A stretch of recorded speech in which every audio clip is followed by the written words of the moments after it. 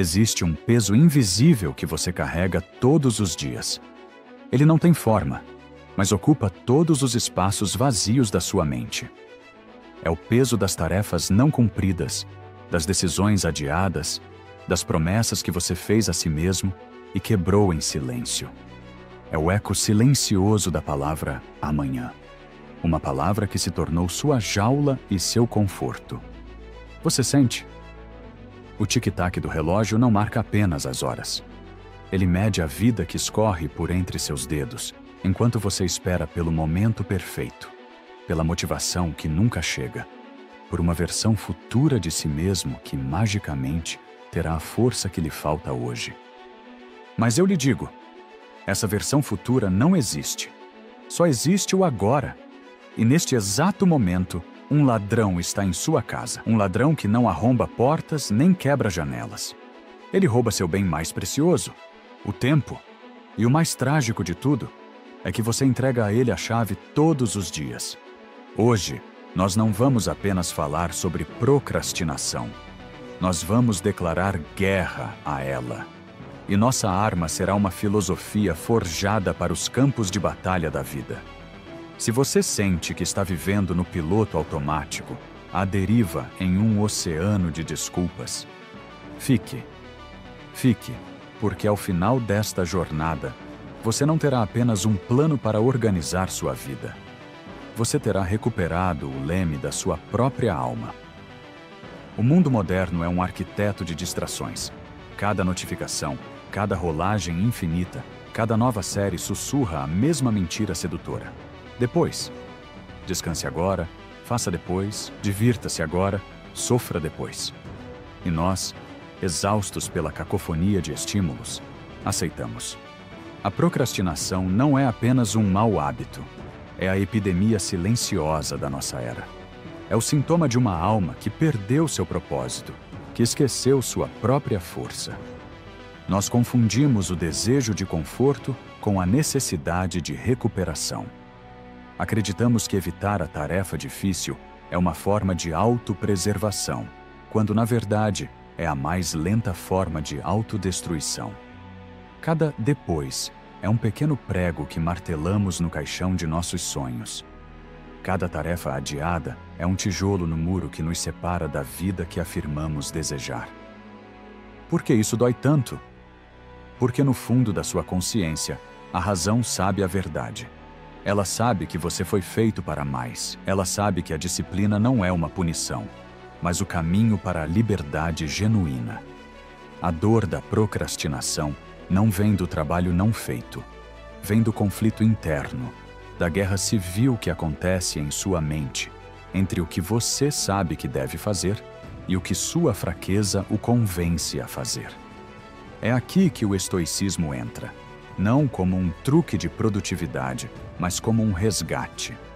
Os estoicos eram mestres da ação. Eles entendiam que o universo é governado pela razão, pelo logos, e que nossa função como seres humanos é viver em harmonia com essa razão.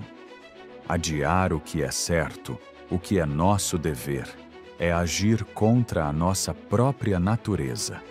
É uma rebelião contra nós mesmos.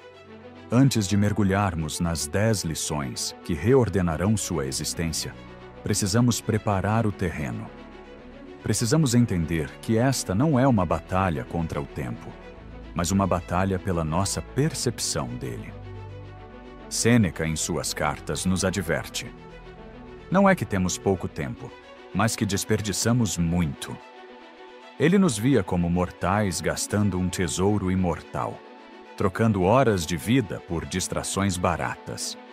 Epicteto, um ex-escravo que se tornou um dos maiores filósofos, nos ensinou a focar unicamente naquilo que está em nosso poder.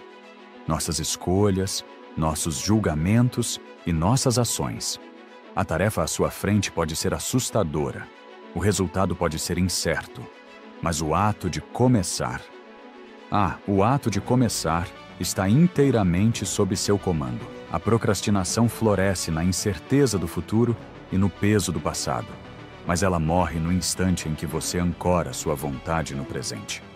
E Marco Aurélio, o imperador filósofo, escrevia para si mesmo em seu diário, não para publicar, mas para se fortalecer. Ele se lembrava todas as manhãs: hoje eu encontrarei pessoas intrometidas, ingratas, arrogantes, mas elas não podem me fazer mal, pois nenhuma delas pode me envolver na baixeza. Da mesma forma, nenhuma tarefa, por mais assustadora que seja, pode te paralisar, a menos que você a permita. A jornada que estamos prestes a iniciar é um treinamento. Um treinamento para ver o mundo como os estoicos viam, não como um lugar de obstáculos, mas como um ginásio para a alma. Cada tarefa adiada é um peso que você se recusa a levantar. Cada decisão evitada é uma oportunidade de fortalecer sua vontade que você joga fora. Prepare-se. As lições a seguir não são meros conselhos. São o cinzel e o martelo com os quais você irá esculpir uma nova realidade. A primeira lição nos ensinará a encarar o verdadeiro inimigo, o ladrão silencioso que vive dentro de nós. Lição 1. O ladrão silencioso da alma. Imagine um ladrão. Ele não arromba sua porta, não quebra sua janela. Ele entra em sua casa com sua permissão. Ele senta-se ao seu lado, oferece uma bebida quente, uma conversa agradável, uma distração momentânea. E enquanto você se sente confortável, seguro e entretido, ele, sutilmente, rouba segundos, depois minutos, depois horas da sua vida. Ao final do dia, ele vai embora. E você, em vez de sentir-se lesado, sente-se grato pela companhia. Este ladrão tem um nome: procrastinação. E ele não rouba seus bens, ele rouba sua existência. Nós tratamos o ato de adiar como uma falha de caráter, uma preguiça, uma fraqueza moral. Mas essa visão é incompleta e, por isso, ineficaz. Para o estoico, a procrastinação é, antes de tudo, um erro de julgamento. É uma falha da razão. É o resultado de uma alma que foi enganada a acreditar que o conforto do presente é mais valioso do que a realização do futuro. É uma troca insana. A paz momentânea de não fazer nada pela angústia duradoura de nunca ter se tornado quem você poderia ser. Sêneca nos alertaria que, enquanto adiamos, a vida corre, e ela corre em uma velocidade implacável. O primeiro passo para derrotar esse ladrão não é a força de vontade bruta, mas a clareza. Você precisa vê-lo como ele é. Não um amigo que oferece alívio, mas um inimigo que oferece veneno em uma taça de ouro.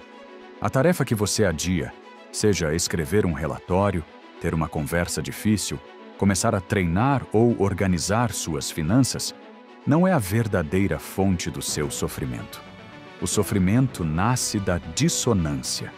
Nasce de saber o que é preciso fazer e, ainda assim, escolher ativamente a inação. É uma traição a si mesmo, repetida dia após dia. Pense nisso. O que a procrastinação realmente lhe oferece? Um alívio que dura poucos minutos, seguido por horas de ansiedade, culpa e autodepreciação. Ela é um agiota emocional. Te empresta um pequeno prazer agora e cobra juros exorbitantes mais tarde. A razão, nossa faculdade suprema segundo os estoicos, quando usada corretamente, ilumina essa péssima transação. Ela nos mostra que o desconforto de agir agora é infinitamente menor do que o peso esmagador do arrependimento amanhã. O trabalho pode ser duro, mas a culpa de não tê-lo feito é mais pesada. Então, a primeira prática não é criar uma lista de tarefas. É um exercício de honestidade brutal. Sente-se em silêncio e identifique as mentiras que esse ladrão lhe conta. Você está cansado demais. Será mesmo, ou você está apenas sem inspiração? Você fará melhor amanhã. Como pode garantir isso? O amanhã não lhe prometeu nada. Esta tarefa é grande demais. É mesmo? Ou você apenas se recusa a dar o primeiro passo? Chame as desculpas pelo nome. Exponha-as à luz da razão. Veja a mediocridade do acordo que você tem aceitado A procrastinação é o ópio da alma. Entorpece, acalma, mas por baixo da superfície, a vida apodrece. Marco Aurélio se perguntava em suas meditações: até quando você vai adiar a exigência do melhor de si mesmo? Ele não via a ação como uma opção, mas como uma obrigação, um dever para com sua própria natureza racional. Pare de ver a procrastinação como uma fraqueza perdoável. Veja-a como o que ela é: o ladrão silencioso da sua alma, o sabotador de seu legado, o arquiteto de uma vida medíocre. E pergunte-se, com a seriedade de um homem que encara seu maior inimigo: você vai continuar a lhe entregar a chave? Lição 2. A morte como bússola. Porque o agora é tudo o que existe. Na cultura moderna, nós travamos uma guerra silenciosa contra a realidade da morte. Nós a tratamos como um erro de sistema, um evento distante e indesejado que acontece apenas com os outros, em noticiários e estatísticas. Nós a escondemos em hospitais assépticos e a cobrimos com eufemismos suaves, vivendo sob a confortável e perigosa ilusão de um tempo infinito. Os estoicos, em sua sabedoria brutalmente honesta, faziam o exato oposto. Eles convidavam a morte para a mesa de jantar. Eles a olhavam diretamente nos olhos, não com um prazer mórbido, mas com um profundo e inabalável senso de propósito. Eles praticavam o que chamavam de memento mori. Lembre-se de que você é mortal. Esta não era uma prática para gerar medo, mas sim para aniquilar a complacência. Era a bússola definitiva que alinhava cada escolha, cada ação, cada momento de suas vidas. A procrastinação, esse ladrão que identificamos na lição anterior, se alimenta e cresce forte na mentira de que sempre haverá um amanhã. Ela constrói seu ninho na vasta e imaginária planície do futuro. Eu organizo minha vida na próxima semana. Eu começo a dieta no próximo mês. Eu peço desculpas no próximo ano. Cada uma dessas sentenças é um ato de fé cega, uma aposta arrogante de que a próxima semana, o próximo mês e o próximo ano são seus por direito. Sêneca, observando essa loucura, nos adverte com uma clareza cortante. O todo da vida futura reside na incerteza. Viva imediatamente. A procrastinação é o ato de adiar a vida, esquecendo-se de que o contrato de aluguel neste corpo pode expirar a qualquer momento, sem aviso prévio. A prática do memento mori é o antídoto mais potente para o veneno do depois. Quando você internaliza, de verdade, que cada segundo que passa é um segundo a menos, uma transformação radical acontece em sua psique. As trivialidades que consomem sua energia perdem a importância. As distrações digitais se revelam como o que são: ladrões insignificantes de um tesouro irrecuperável. O medo de falhar ao tentar algo novo parece subitamente pequeno em comparação com o terror paralisante de nunca ter tentado. A urgência de viver uma vida com significado, de deixar uma marca, de se tornar a melhor versão de si mesmo, deixa de ser um desejo vago e se torna a força motriz de cada hora. Como aplicar isso, de forma prática, sem cair na melancolia? Comece seu dia não com o brilho reativo da tela de um celular, mas com o brilho da consciência. Reserve 2 minutos. Olhe para suas mãos, sinta o ar enchendo seus pulmões e lembre-se: este corpo tem um prazo de validade. Este dia que se inicia é um presente, uma unidade de vida que lhe foi concedida, e pode ser a última. Se este fosse seu último dia na Terra, você o gastaria rolando por um feed infinito de vidas alheias? Você o desperdiçaria remoendo uma ofensa passada? Você o gastaria adiando mais uma vez aquela tarefa que, no fundo, você sabe que é um passo em direção ao seu crescimento? A morte coloca tudo na perspectiva correta. A conversa difícil que você tem evitado se torna urgente e necessária. O projeto que parece assustador se torna um desafio bem-vindo.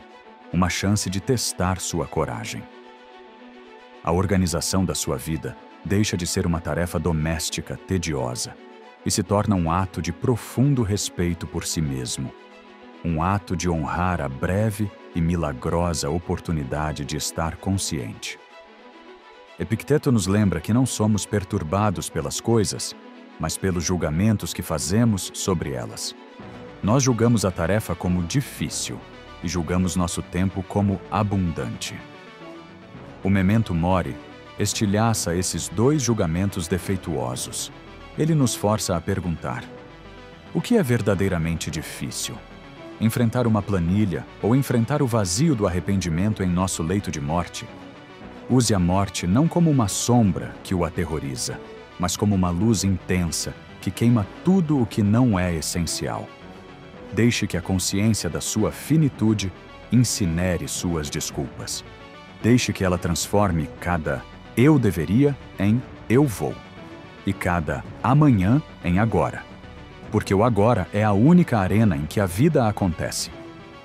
O procrastinador vive em dois lugares que não existem: o fantasma do passado e a miragem do futuro.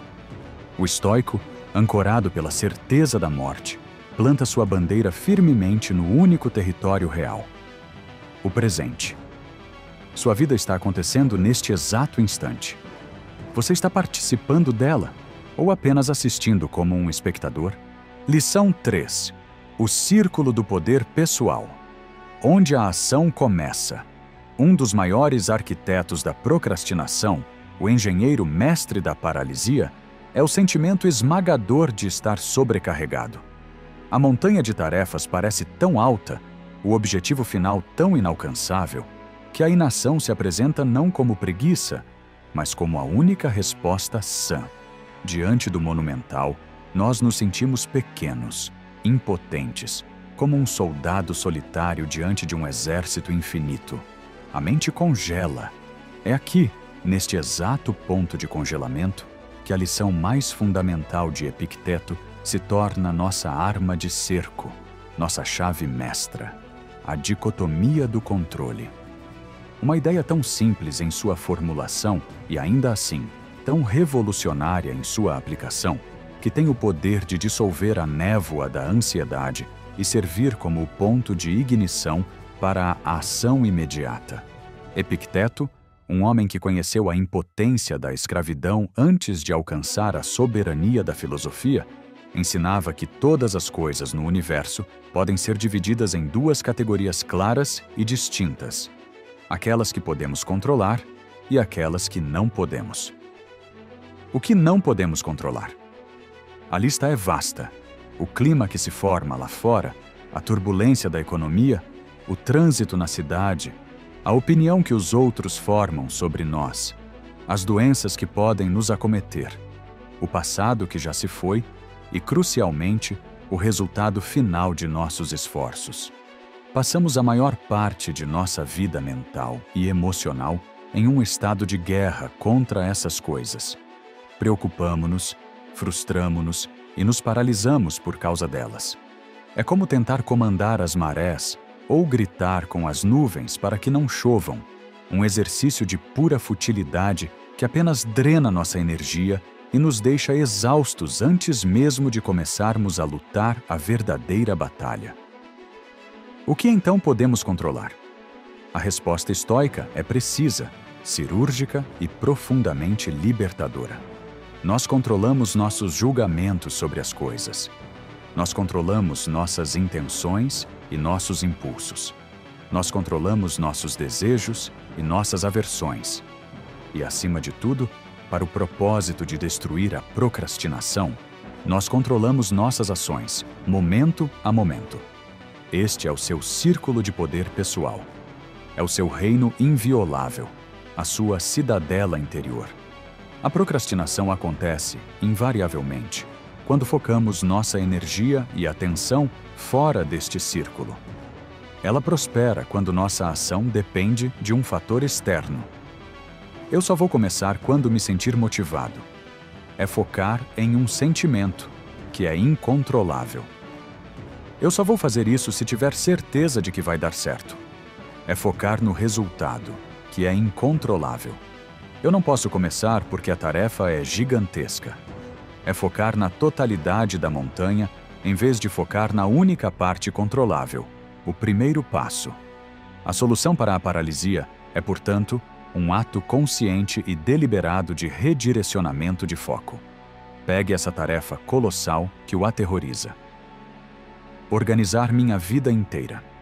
É uma frase vaga, imensa e que está totalmente fora do seu controle imediato.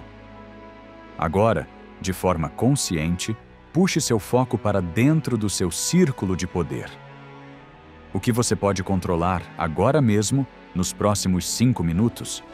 Você não pode organizar sua vida inteira, mas pode pegar um único saco de lixo e limpar uma única gaveta da sua mesa. Você não pode escrever um livro, mas pode abrir um documento em branco e escrever um único parágrafo. Você não pode ficar em forma da noite para o dia, mas pode calçar seus tênis e caminhar por 10 minutos ao redor do quarteirão. Este é o segredo dos titãs. A ação não nasce de um grande e raro relâmpago de inspiração. Ela nasce de um pequeno, quase insignificante, passo controlável. O procrastinador olha para a escadaria inteira e, vendo a distância até o topo, senta-se no chão, derrotado. O estoico praticante olha apenas para o primeiro degrau e o pisa. E somente depois de pisá-lo, seu foco se move para o próximo. A organização da sua vida não é um evento único e cataclísmico. É a soma de milhares de pequenas ações controláveis, executadas com consistência, dia após dia. É a disciplina de manter seu foco apenas no que pode ser feito agora. Não espere pela vontade. A vontade não é um pré-requisito para a ação. Ela é uma consequência. Comece. O poder não está no plano, mas no primeiro movimento. Onde está o seu foco neste momento? Na montanha intransponível ou no primeiro passo que está bem à sua frente? Lição 4. O dever. Antes do desejo. Encontrando seu posto na vida nossa cultura moderna, nos sussurra uma promessa sedutora, quase um evangelho. Faça o que você ama. Siga sua paixão. Nós somos ensinados a perseguir a felicidade como um destino, a caçar a motivação como um animal raro. E o que acontece no dia em que a paixão não queima? O que fazemos quando a motivação, essa visitante inconstante, não bate à nossa porta? Ficamos à deriva, paralisados, justificando nossa inação porque o sentimento não está certo.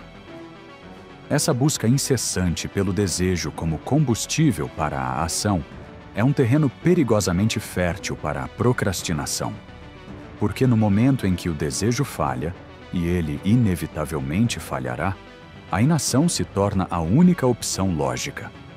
Os estoicos nos oferecem uma âncora muito mais firme, muito mais poderosa, forjada no aço da responsabilidade, o dever. Marco Aurélio, o homem que comandava o maior império do mundo, não começava suas manhãs consultando seus desejos. Ele travava uma batalha contra o conforto de seus lençóis e vencia ao lembrar-se de sua função. Ele escrevia para si mesmo, como um general dando ordens a um soldado relutante. Ao amanhecer, quando tiveres dificuldade em te levantar, diz a ti mesmo: levanto-me para fazer o trabalho de um ser humano. Por que então estou descontente, se vou fazer aquilo para o qual nasci, as coisas que vim ao mundo para fazer? Note a ausência da pergunta: o que eu sinto vontade de fazer?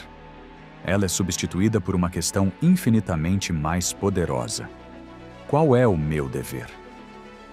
A palavra dever pode soar pesada e antiquada para nossos ouvidos modernos, evocando imagens de uma obrigação cinzenta e sem alegria. Mas para o estoico, o dever é a mais pura expressão de liberdade. Não se trata de uma imposição externa, mas de um alinhamento voluntário com a nossa natureza mais profunda. É a nossa função, o nosso officium. Qual é o seu dever fundamental? Como ser humano, seu dever é ser racional, ser social, ser virtuoso. E quais são seus deveres específicos, os postos que a vida lhe designou? O dever de um pai, de uma mãe, de um filho, de um profissional, de um amigo, de um cidadão. A procrastinação floresce no vácuo do propósito. Quando você não sabe por que está fazendo algo, qualquer desculpa para não fazer é válida. Mas quando você age por um senso de dever, a motivação se torna uma coadjuvante bem-vinda, mas nunca a estrela do espetáculo. Pense em si mesmo como uma sentinela em um posto avançado, na fronteira do seu próprio destino. A sentinela não permanece em vigília porque a noite é agradável ou porque sente vontade. Ela não está ali porque é divertido. Ela está ali porque esse é o seu posto. É a sua responsabilidade. Sua ação é divorciada de seu estado emocional. Ela depende unicamente da compreensão de sua função. Para organizar sua vida, você precisa adotar essa mentalidade de sentinela. Você está de guarda sobre sua própria existência. Seu dever é protegê-la da invasão da desordem, do caos e da entropia que ameaçam consumir tudo. A tarefa limpar a casa pode ser maçante, mas o dever de manter um ambiente de ordem e paz para minha clareza mental e para minha família é nobre. A tarefa preparar a apresentação para o trabalho pode ser estressante, mas o dever de entregar excelência e honrar meus compromissos profissionais é dignificante. Quando o desejo falhar, o dever assume o comando. A procrastinação é, em sua essência, uma deserção. É abandonar seu posto. É trair a confiança que a vida depositou em você. Para que saibamos que não estamos sozinhos nesta batalha diária, nesta escolha de assumir nossas responsabilidades, eu o convido a se juntar à nossa legião. Deixe nos comentários a declaração que nos une neste propósito. Um lembrete público do seu compromisso. Eu assumo o meu posto. Essa simples frase é a sua resposta à fraqueza, o seu grito de guerra contra a inação. Ao agir a partir do dever, você move o centro de poder de suas emoções inconstantes para sua razão firme. Você para de ser um escravo de seus caprichos e se torna o comandante de suas ações. O dever, meu amigo, não pode ser adiado. Lição 5. A arte da divisão. Como conquistar o impossível.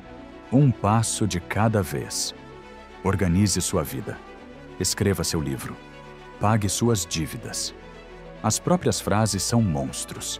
São gigantes de 1000 cabeças que nos encaram de uma só vez, paralisando-nos com seu tamanho, com sua complexidade. A mente humana, diante de um adversário tão colossal e mal definido, recorre a seu mais antigo mecanismo de defesa: a fuga. A procrastinação, muitas vezes, não é um ato de pura preguiça, mas uma resposta perfeitamente lógica a um problema terrivelmente formulado. Os estoicos, que eram generais de suas próprias existências, sabiam que nenhuma fortaleza é impenetrável se você souber como sitiá-la. E nenhuma tarefa é impossível se você dominar a antiga e poderosa arte da divisão.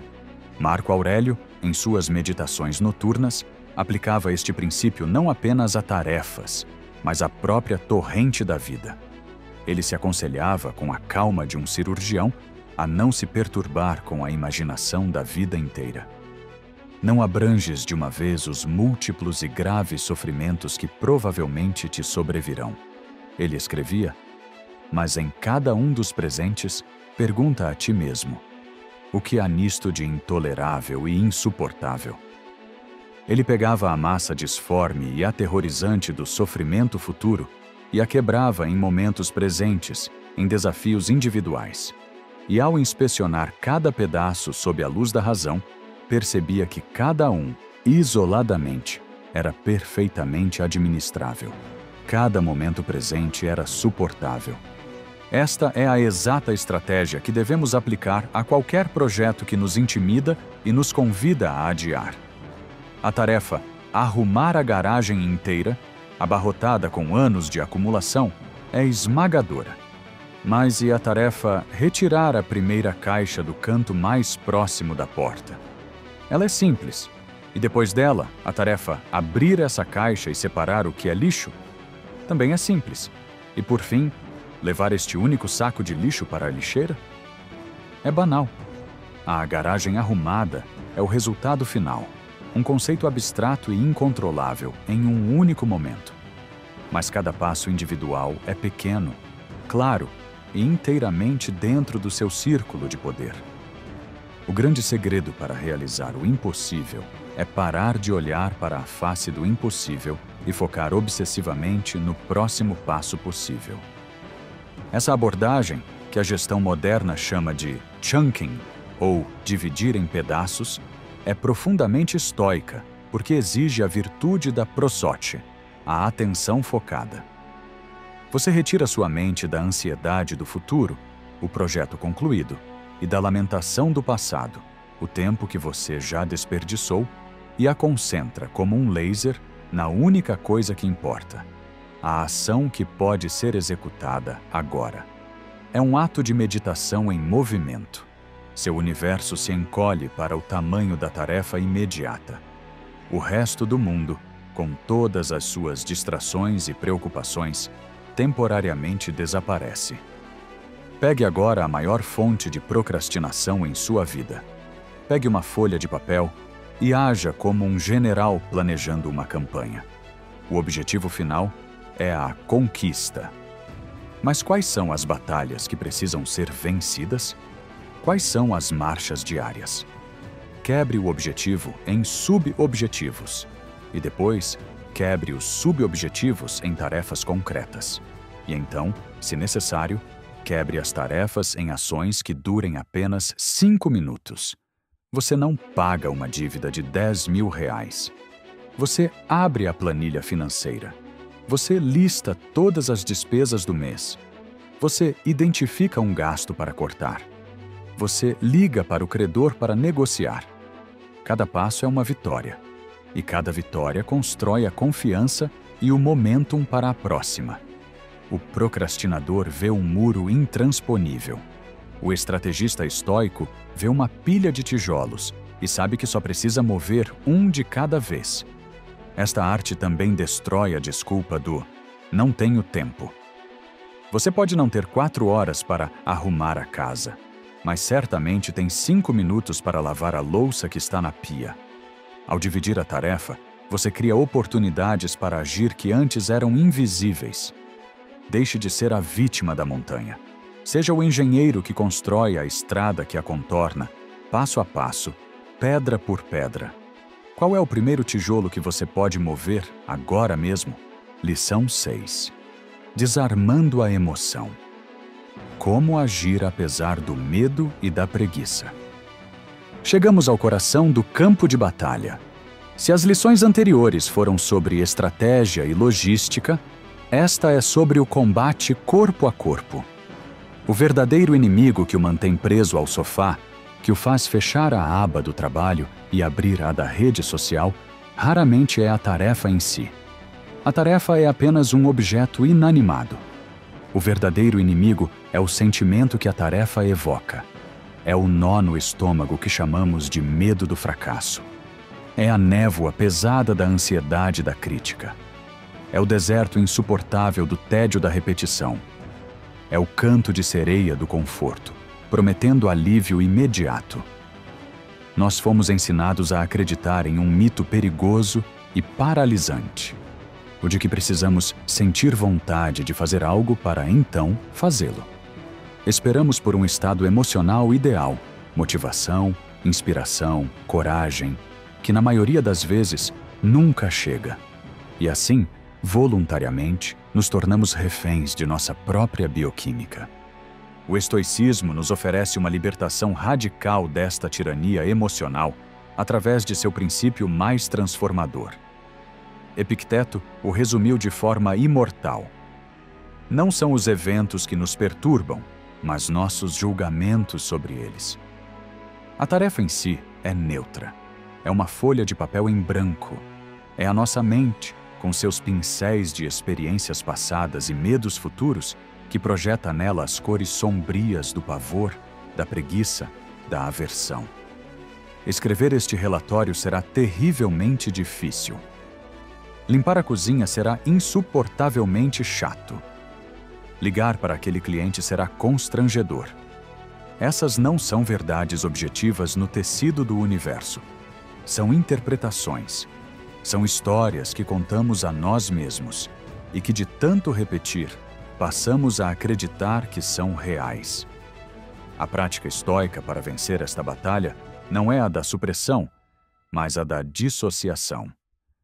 Quando um sentimento paralisante surgir, preguiça, medo, dúvida, não lute contra ele. Não tente se afogar em pensamento positivo forçado, pois isso é apenas outra forma de conflito. Em vez disso, observe-o. Observe-o como um cientista observaria uma ameba sob o microscópio, com curiosidade e sem envolvimento. Dê um passo para trás em sua própria mente e narre o que vê. Ah, aqui está uma impressão. Uma sensação de aversão ao trabalho se manifestando em meu peito. Uma imagem mental do fracasso passando pela minha consciência. Interessante, mas isso não sou eu. É apenas uma impressão passageira, e ela não precisa comandar minhas ações. Marco Aurélio praticava isso através do desnudamento ou da análise objetiva. Ele desconstruía as coisas que o seduziam ou assustavam até seus componentes mais básicos. Um vinho caro? Apenas suco de uva fermentado. Uma túnica de púrpura real? Lã de ovelha tingida com o sangue de um marisco. Você deve fazer o mesmo com suas tarefas. Essa apresentação assustadora? Apenas eu, um mamífero, emitindo sons através de minhas cordas vocais para outros mamíferos em uma sala, todos eles cheios de suas próprias inseguranças. Essa pilha de louça intransponível? Apenas objetos de cerâmica cobertos com restos de comida que precisam de contato com água e sabão. Este processo remove a carga emocional que nossa mente projeta sobre a realidade. Ele desarma a bomba. Ao despir a tarefa de seu poder emocional, você cria um espaço, uma brecha entre o estímulo e a resposta. Nesse espaço reside sua liberdade. A preguiça pode gritar, fique deitado, tá? Mas sua razão, nesse espaço de calma, pode responder. Eu ouvi sua sugestão. Agradeço a preocupação com o conforto. No entanto, o dever exige que eu me levante. A ação de levantar não será fatal. Não lute para eliminar o sentimento. Haja apesar dele. A coragem não é a ausência de medo. É a ação na presença do medo. A disciplina não é a ausência de preguiça. É o trabalho executado mesmo quando a preguiça está sentada em seu ombro, sussurrando em seu ouvido. A ação é o antídoto supremo. O medo diminui quando você começa a se mover. A preguiça se dissolve com o calor do esforço. Você não precisa se sentir bem para começar. Você precisa começar para, eventualmente, se sentir bem. Lição 7. A arquitetura da disciplina. Forjando a liberdade. Através da rotina. A palavra rotina soa como as grades de uma cela para o espírito moderno. Nós aprendemos a celebrar o espontâneo, o caótico, o improvisado e a ver a estrutura como inimiga da liberdade. O estoico nos convida a olhar mais de perto, a enxergar que a verdadeira jaula, a mais sufocante de todas, é a prisão dos nossos próprios impulsos. Viver à mercê do desejo do momento, da distração que pisca mais forte, do humor que sobe e desce com a maré. Isso não é liberdade. É ser um barco sem leme, jogado de um lado para o outro pela tempestade. A liberdade real, a liberdade de ser o mestre de si mesmo, é forjada no fogo da disciplina. E a rotina é a arquitetura que permite que essa liberdade se manifeste no mundo real. Um dia sem esqueleto, sem uma espinha dorsal, é um dia entregue à entropia. É um dia que sofre uma hemorragia de energia mental. gasta em milhares de microdecisões inúteis. Começo por aqui ou por ali? Faço agora ou depois? O que é mais urgente? Esse cansaço decisório é o pântano onde a procrastinação nasce e se fortalece. A rotina não é sobre aprisionar o seu tempo. É sobre libertar a sua vontade. Ao automatizar as ações fundamentais, ao criar trilhos sobre os quais as tarefas importantes podem correr, você libera sua força de vontade das trivialidades para que ela possa ser usada nas grandes batalhas, nos momentos de criação, nas decisões que realmente definem o seu destino. Os grandes mestres estoicos sabiam disso. A vida deles não era um caos de inspiração momentânea, mas uma estrutura de prática deliberada. Eles entendiam que a excelência é uma consequência da estrutura, que um grande carvalho não cresce por acaso, mas a partir de um padrão consistente de crescimento, dia após dia. Sua vida, hoje, é o fruto das estruturas que você construiu ou permitiu que desmoronassem. Na nossa quarta lição, quando falamos do dever antes do desejo, muitos de vocês firmaram um pacto nos comentários, uma declaração poderosa. Eu assumo o meu posto. Aquela foi a decisão, o grito de guerra. A rotina, meu amigo, é o seu plano de batalha. É a logística que sustenta o soldado no seu posto. Sem ela, a declaração, por mais nobre que seja, corre o risco de se tornar apenas um eco no vazio. A rotina é o que torna o seu dever possível. E essa arquitetura não precisa ser uma fortaleza impenetrável. Comece com simplicidade, erguendo 2 colunas que sustentarão todo o seu dia. A primeira hora da manhã e a última hora da noite. Reivindique a primeira luz do dia para si mesmo, antes que o mundo lance sobre você suas demandas. Crie um ritual de preparação, não de reação. Um momento de silêncio. A leitura de uma página que nutra a alma. O planejamento sereno do dia que virá. É o seu ato de tomar o leme antes que a maré suba. Da mesma forma, termine o dia com um diálogo honesto com as horas que se foram, como fazia Sêneca. Onde acertei? Onde errei? O que a experiência de hoje me ensinou para a jornada de amanhã? É assim que se tece a continuidade entre o seu eu de hoje e o eu mais sábio de amanhã. A rotina não é a corrente que te prende, é a alavanca que move o seu mundo. É a disciplina se tornando carne. É a sua liberdade, conquistada não por acaso, mas por um design consciente. É a sua vontade, finalmente livre para se ocupar com o que verdadeiramente importa. Lição 8. O treinamento do inconforto voluntário. A coragem de escolher o caminho difícil. A procrastinação é, em sua essência mais pura, a busca pelo conforto. É a escolha instintiva, quase animal, pelo caminho mais fácil, mais quente, mais agradável. Nossa sociedade inteira foi meticulosamente construída para reforçar e glorificar esse instinto. Vivemos em uma estufa climatizada, projetada para eliminar todo e qualquer atrito. Comida entregue na porta, entretenimento sob demanda, ambientes com temperatura controlada. Nós nos tornamos mestres na arte de evitar o desconforto. E ao fazer isso, sem perceber, nos tornamos frágeis. Nossos músculos mentais e emocionais, sem o exercício da dificuldade, atrofiam.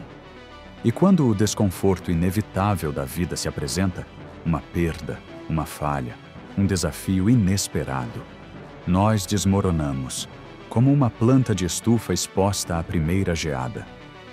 Os estoicos entendiam que a resiliência, a força da alma, não é um traço de nascença. É uma habilidade forjada. E eles tinham um método específico, quase um ritual, para esse treinamento. A prática do desconforto voluntário. Sêneca, um dos homens mais ricos de Roma, periodicamente se afastava de sua opulência. Ele se vestia com as roupas mais simples, comia o mínimo necessário para sobreviver e dormia no chão duro. Ele não fazia isso por penitência ou masoquismo.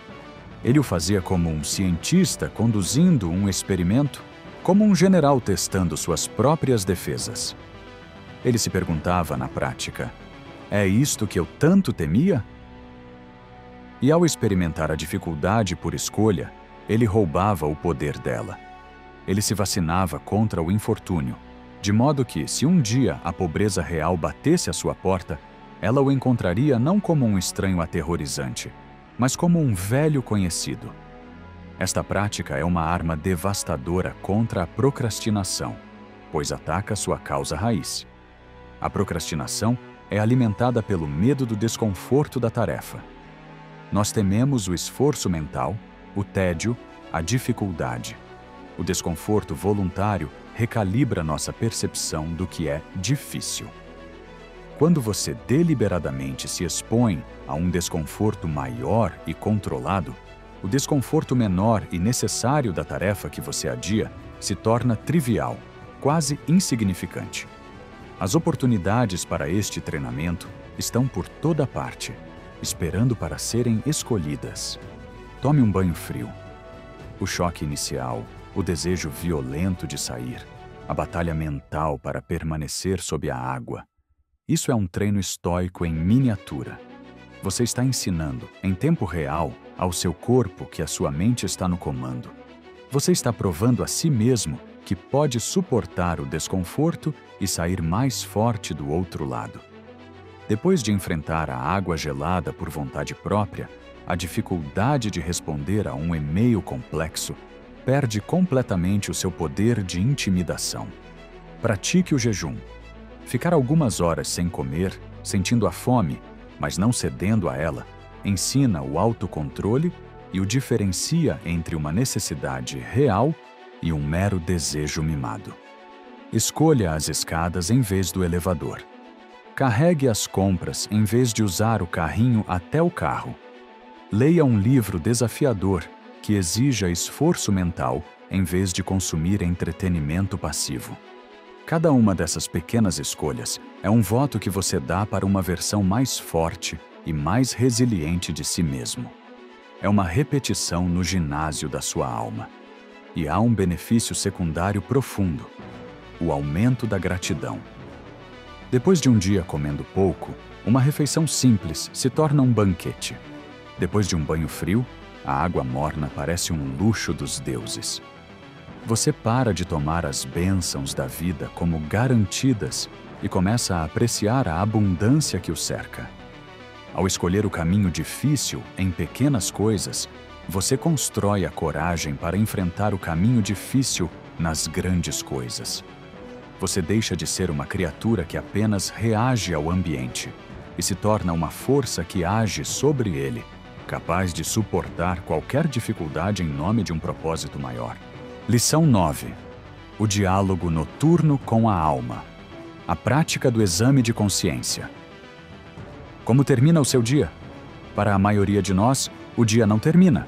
Ele simplesmente desmorona. Caímos na cama, exaustos, a mente ainda zumbindo com as tensões, as demandas e os estímulos do dia que passou. Buscamos refúgio no brilho azulado de uma tela, uma última dose de anestesia para a consciência, até que o sono, finalmente, nos vença. No dia seguinte, o ciclo recomeça, idêntico e desconectado do anterior. Nós vivemos dias sucessivos, mas raramente construímos uma vida contínua. Corremos tanto durante o dia que nos esquecemos de consultar o mapa à noite. Estamos em constante movimento, mas será que estamos progredindo? A procrastinação não é apenas o ato de adiar tarefas, é também o ato de adiar a autoconsciência. É viver de forma tão reativa que nunca paramos para nos perguntar: o que eu fiz hoje? E por quê? Os filósofos estoicos, de Sêneca a Epicteto, consideravam o final do dia um momento sagrado. Era a hora do exame filosófico, um diálogo honesto, corajoso e privado com a própria alma. Não se tratava de um exercício de culpa ou autoflagelação, mas de clareza, aprendizado e ajuste de curso. Era o momento em que o capitão do navio se sentava em sua cabine, longe da fúria da tempestade, para analisar o diário de bordo. Sêneca descreve sua prática diária com uma intimidade reveladora. Quando a luz é removida e minha esposa, já ciente do meu hábito, fica em silêncio, eu examino todo o meu dia e repasso minhas ações e palavras. Não escondo nada de mim mesmo, não passo por cima de nada. Essa honestidade brutal não era para se punir, mas para se curar. Esta prática é um pilar para superar a procrastinação crônica, pois ela ataca a raiz do problema, a falta de autoobservação. É impossível consertar um vazamento em um navio se você nunca inspeciona o casco. O exame noturno é o ato de inspecionar a sua própria maquinaria interna. Ele o força a se tornar consciente de seus padrões. Você pode notar. Percebo que toda vez que enfrento uma tarefa criativa, eu subitamente sinto uma urgência de limpar a cozinha. Você começa a ver as táticas do inimigo. E, ao mesmo tempo, você se torna o seu maior aliado, reconhecendo as vitórias. Hoje, senti o impulso de adiar, mas agi mesmo assim. Foi uma vitória. Como você pode implementar esta prática transformadora em sua vida hoje? Reserve 10 a 15 minutos antes de dormir, em silêncio, longe de qualquer tela, com um caderno ou apenas no silêncio de seus pensamentos. Seja o capitão e o diário de bordo. Faça a si mesmo 3 perguntas simples, mas profundas. Primeiro, onde eu errei hoje? Seja específico e impiedoso com o ato, mas gentil com o ator. Adiei aquela ligação importante por medo da rejeição. Perdi 1 hora em distrações vazias quando havia prometido a mim mesmo focar. Reagi com impaciência quando a paciência era necessária. O objetivo não é se culpar, é nomear. É trazer o comportamento da sombra da inconsciência para a luz da consciência. Segundo, onde eu acertei hoje? Esta pergunta é o contrapeso essencial. Ela combate a tendência à negatividade e reforça o comportamento que você deseja cultivar. Mesmo exausto, cumpri meu plano de exercícios. Terminei aquele relatório que estava me assombrando. Resisti ao impulso de reclamar e, em vez disso, agi. Reconheça suas vitórias, não importa quão pequenas. Você está treinando sua mente para valorizar a disciplina. E terceiro, a pergunta que constrói o futuro. O que farei de diferente amanhã? Esta é a pergunta que transforma a reflexão em um plano de ação. Amanhã, a tarefa temida será a primeira da lista. Amanhã, quando sentir o impulso da distração, farei uma pausa de 2 minutos antes de ceder.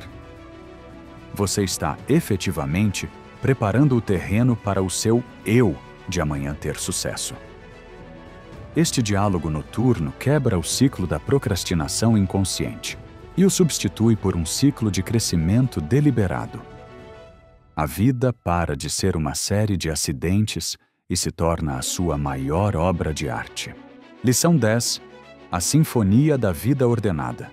Viver em harmonia com a razão. Chegamos ao final de nossa jornada através das lições, mas ao começo de uma nova forma de enxergar o mundo. Nós aprendemos a identificar o ladrão do tempo, a usar a morte como bússola, a agir a partir do dever e a desarmar nossas emoções. Mas a lição final transcende as táticas e mergulha na própria essência, no coração pulsante da filosofia estoica. A busca por uma vida organizada, livre da procrastinação, não é, em última análise, sobre agendas coloridas, aplicativos de produtividade ou mesas impecavelmente limpas. É sobre algo infinitamente mais profundo e mais belo. É sobre viver em harmonia com a natureza. Para os estoicos, natureza não significava apenas o verde das florestas e o azul dos oceanos. Significava o princípio racional, a inteligência divina que governa e permeia o cosmos, o logos. E como seres humanos, nossa natureza específica, o que nos distingue no universo, é a nossa capacidade de usar a razão. Portanto, viver em harmonia com a natureza significa viver uma vida guiada pela razão, e não pelos instintos, pelas paixões e pelos medos. A procrastinação, a desordem, a preguiça, tudo isso é uma vida em desarmonia. É o ruído da irracionalidade, a estática de uma alma fora de sintonia. Uma vida organizada, focada e disciplinada, por outro lado, é uma sinfonia. É a nossa alma tocando em uníssono com a razão do universo. Pense em sua vida como uma grande orquestra. Cada prática que aprendemos aqui é um instrumento. O memento mori são os tambores solenes que marcam o ritmo, lembrando-nos da urgência. A dicotomia do controle é o violinista focado apenas em sua partitura, sem se preocupar com os aplausos. O dever é o oboé que toca sua melodia no tempo certo, com precisão e responsabilidade.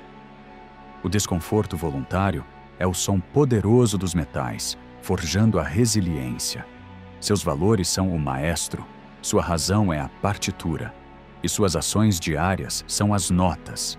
Se o músico decide tocar quando bem entende, se ele se distrai e perde o ritmo, o resultado não é música, é o caos. A beleza da sinfonia emerge da disciplina de cada parte, contribuindo para a harmonia do todo. A procrastinação, sob esta luz, é a nota dissonante. É o músico que se recusa a tocar sua parte no momento certo, quebrando a beleza da composição.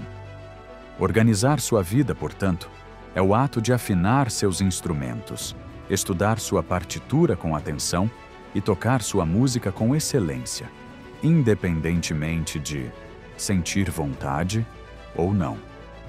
É entender que sua pequena ação de hoje, arrumar a cama, fazer o telefonema, escrever a página, é uma nota essencial na grande e magnífica sinfonia de sua existência. Esta visão muda tudo. A organização deixa de ser um fardo e se torna uma expressão de beleza. A disciplina deixa de ser uma restrição e se torna a própria arte de viver. Você não está apenas limpando uma mesa. Você está trazendo ordem a uma pequena parte do cosmos, refletindo a ordem divina que rege as estrelas. Você não está apenas completando uma tarefa. Está agindo de acordo com a razão, cumprindo sua função mais elevada como ser humano. Cada ato de superação da procrastinação é um ato de alinhamento com o Logos. E não tema a nota errada. Nenhuma orquestra toca uma sinfonia complexa com perfeição na primeira leitura. Haverá dias de dissonância. O estoico não busca a perfeição imediata, mas o progresso constante. A prática do exame noturno, nosso diálogo com a alma, é o momento em que o maestro revisa a gravação do dia, anota as falhas e planeja o ensaio de amanhã, para que a música seja sempre um pouco mais bela, um pouco mais harmoniosa. Você é o maestro. A partitura está à sua frente. É hora de reger a sua vida. E assim, o ciclo se completa. Partimos de um lugar de peso e silêncio. O peso invisível das tarefas não cumpridas, o eco silencioso da palavra amanhã. Olhamos nos olhos do ladrão que rouba nossa existência, não com força bruta, mas com a nossa permissão. E ao longo desta jornada, forjamos passo a passo a armadura e a espada para a batalha mais importante de nossas vidas, a batalha pelo agora. Aprendemos a usar a certeza da morte não como uma fonte de medo, mas como a bússola que aponta para a urgência de viver. Mapeamos os limites do nosso poder, concentrando nossa força onde ela pode, de fato, mudar o rumo das coisas. Trocamos a busca inconstante pelo desejo pela âncora inabalável do dever, encontrando nosso posto nesta grande marcha. Desmantelamos montanhas de medo em pequenos passos de coragem. Desarmamos a tirania de nossas próprias emoções, aprendendo a agir apesar delas. Construímos a arquitetura da disciplina. Treinamos no fogo do desconforto e aprendemos a dialogar com a nossa alma no silêncio da noite. No final, a verdade que emerge, límpida e forte, é esta: parar de adiar e organizar sua vida não é sobre se tornar uma máquina de produtividade. É sobre se tornar plenamente humano. É sobre reivindicar sua herança mais sagrada, a sua capacidade de escolher, a sua razão. A desordem externa que o afligia era meramente um sintoma, o reflexo de uma alma que havia se esquecido de seu poder de impor a ordem, de criar harmonia onde havia o caos. O caminho não termina aqui. O velho hábito da procrastinação é um inimigo astuto, uma sombra que sempre tentará se esgueirar de volta nos momentos de cansaço e dúvida. Mas agora, você está diferente. Você não está mais de mãos vazias. Você tem o mapa, as ferramentas e a filosofia. Você sabe que a vida que você deseja não está esperando por você em algum futuro mágico. Ela está aqui, agora, enterrada sob a próxima tarefa que você escolher enfrentar. Cada ato de disciplina é um ato de autorrespeito.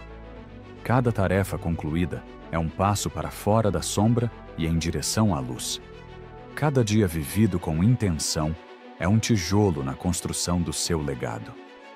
Você não foi colocado nesta terra para ser um espectador passivo da sua própria vida, mas para ser o arquiteto de sua existência, o criador de sua sinfonia.